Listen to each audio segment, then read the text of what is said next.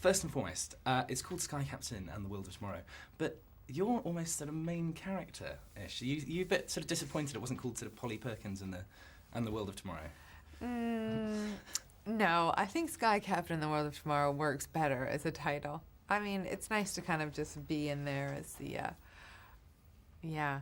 I mean, I think it would start to get very wordy if it was Sky Captain, Polly Perkins, and the World of Tomorrow. It's just too many syllables. Definitely. Now, of course, working against blue screen, what are the difficulties of doing this compared to your normal everyday thing? I mean, is it more distracting when you've got more stuff around you, or is it easier when you've got less? Well, it was very odd at first because there was literally nothing there. Jude and I had never done blue screen. And, I mean, I think he'd done a little tiny bit of it on AI, but not much. And I had never done it. I mean, I had done a shot here and there.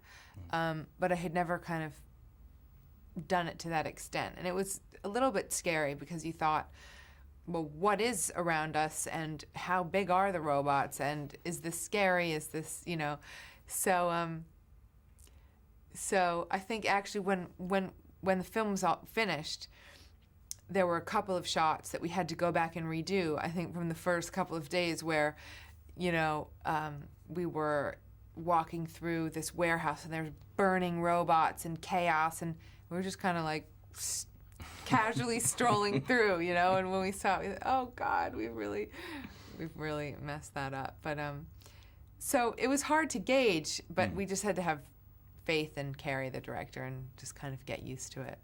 Because one of the things, I mean, you notice about the film is that, you know, the chemistry between you and Jude is very good in the film, and that relationship side of the film really comes across. Do you think that's because you are relying on each other to get the film done and stuff like that? Yes, I think that Jude and I luckily have good chemistry anyway. You know, when we did Ripley, we have a very easy kind of working relationship, and we're lucky that we just have a kind of spark together on screen. But we really did cling to each other in this, you know, just like, because there was nothing else there, you know, so you find yourself really relying on the other actors. And of course, you know, you play a journalist in the film. Is there anything sort of based on journalists that you meet or anything like that? I mean, who were you channeling? Is it because of the, you know, the thousands of journalists you must meet in a year or something like that? It was more that I was channeling a kind of 1930s, 40s archetypal Hollywood woman, you know, that kind of journalist, the sort of Rosalind Russell, Katharine Hepburn, as opposed to, you know, somebody that I would meet now. Definitely. And, of course, the clothes, you know. Yes. How was that? Was that a nice experience to sort of be decked up in Stella McCartney, the shoot?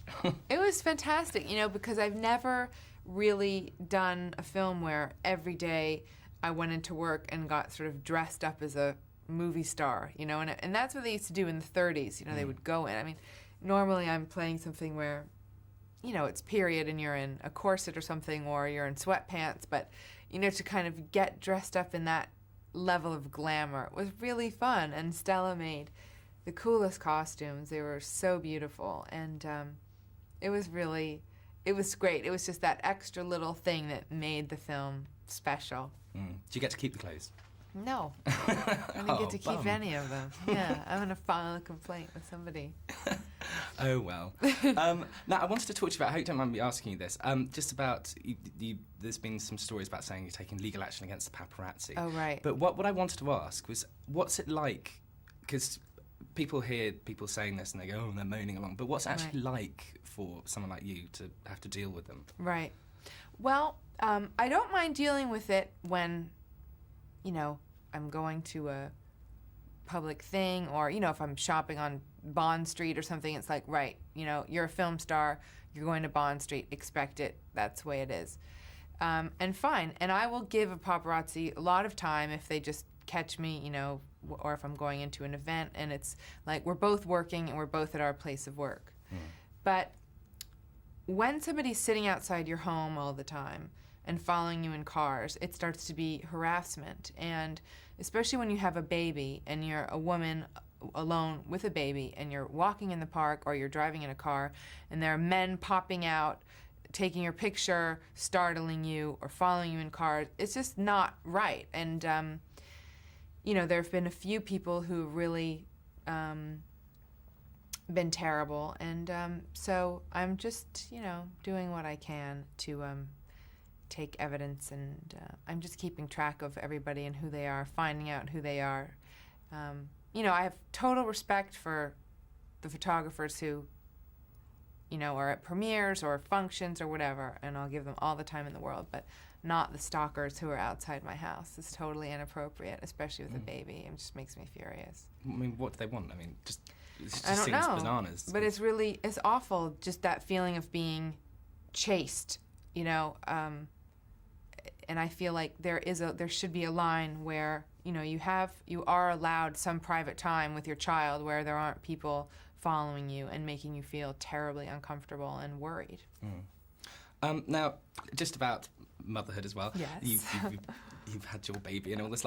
Has it changed your career? Do you feel like, I mean, you've won an Oscar, you've done loads of films. Yeah. Have you thought about sort of saying, I'll give up acting, maybe take up singing or something? Are you completely dedicated to your career still? It's funny. It's one of these things where I think all working women face this thing where you have a baby and people say, are you going back to work? And you think, well, should I go back to work? I don't know if I want to go back to work, or I do want to go back to work, or whatever the case may be.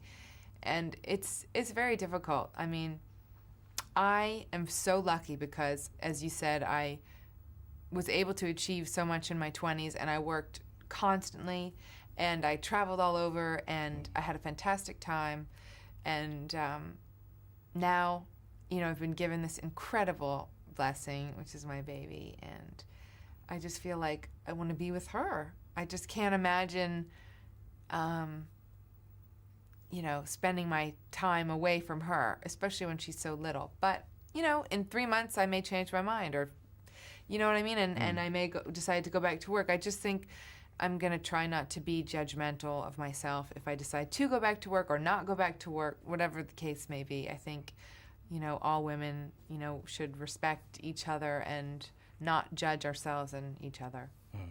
Okay, I've got to wrap up there, but do you do idents, Gwyneth? I'm sorry? Do you do idents? What's that? Saying, hi, I'm Gwyneth Paltrow, Yeah, and sure. you're watching. Can you do one for a show called Movies Now? Sure. And one for Entertainment Now. Is that all right? Sure. Okay. So just, hi, I'm Gwyneth Paltrow and you're watching Movies Now? Yeah. Okay. Hi, I'm Gwyneth Paltrow and you're watching Movies Now. And could you do one for Entertainment Now as Yeah. well? Yeah, thanks. Hi, I'm Gwyneth Paltrow and you're watching Entertainment Now. Thank you so much. You're It's been welcome. a pleasure to meet you. Thank Very you. much.